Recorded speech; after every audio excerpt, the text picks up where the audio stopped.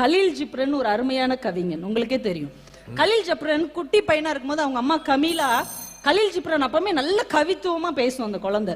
அவங்க அம்மா சொல்றாங்க, டேய் நீ பூமியில பிறந்தாலும் ஒரு தேவதைடா, நீ ஒரு தேவதை குழந்தை அப்படிங்கிறாங்க. உடனே அவன் சொல்றான், அதெல்லாம் நான் நம்ப மாட்டேன், நீ பொய் சொல்ற, தேவதையா இருந்தா அதுக்கு சிறகுகள் இருக்கணும்ல அப்படிங்கிறான்.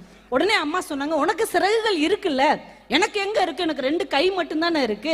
உடனே அவங்க அம்மா கமீலா பின்னாடி இருந்து அவன் முதுகிற்கு பின்னால் இருந்து தன் கைகளை கோர்த்து கொண்டு சொன்னார், இந்த 2 கைகள் தான் உன்னுடைய சிறகுகள் மகனே என்று அந்த தாய் சொன்னார்.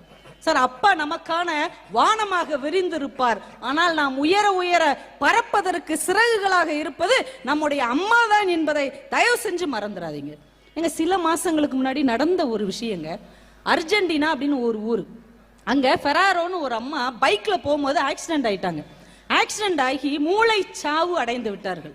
கோமா ஸ்டேஜ்னு சொல்லுவாங்களா, அதுக்கு போயிட்டாங்க. ரொம்ப நாள் முயற்சி பண்ணி இனிமே அவங்க பிழைக்க முடியாது, அவங்களுடைய உறுப்புகளையாவது தானம் செஞ்சிருவோன்னு டாக்டர் சொல்லி அந்த கணவரும் ஒத்துக்கிட்டாரு. சரின்னு கடைசியா வீட்டில் உள்ள எல்லாரும் வந்து அவங்கள பார்த்துட்டு போட்டுன்னு எல்லாரையும் கூட்டு வர்றாங்க. அது வரைக்கும் தாய்ப்பால் குடி மறக்காத 1 வயது மகள் அம்மா பக்கத்துல நின்று அம்மா முகத்தையே பார்த்துட்டு இருக்கிறா.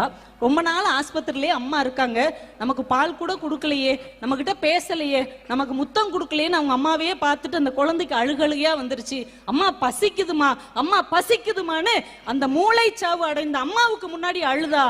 ஒரு மிகப்பெரிய மருத்துவ அதிசயம் என்ன நடந்தது தெரியுமா? கோமா ஸ்டேஜில் கடந்த அம்மா படக்குன்னு எழுந்து அந்த குழந்தைக்கு தாய்ப்பால் கொடுத்து விட்டு மறுபடியும் நினைவை இழந்தாள். சார், உசுரோட இருக்கிற வரைக்கும் தாங்க அப்பாவோ யாரா இருந்தாலும் எந்த உறவா இருந்தாலும் நமக்கு உதவி செய்ய முடியும். ஆனால் தானே இல்லாமல் போனாலும் தன் பிள்ளைகளை வாழ வைப்பது ஒரு அம்மாவாக மட்டும்தாங்க இருக்க முடியும். ஏன்னா நம்ம பிறக்கிறதுக்காகவே அவ செத்தவங்க, நம்ம பிறப்பதற்காகவே இறப்பு வரை சென்றவள் அவள். ஒரு ஆணின் உடலில் இருந்து உயிர் பிரிகிறது என்றால் அதற்கு சவம் என்று பெயர். ஆனால் ஒரு பெண்ணின் உடலில் இருந்து உயிர் பிரிந்தால் அதற்கு பிரசவம் என்று பெயர்.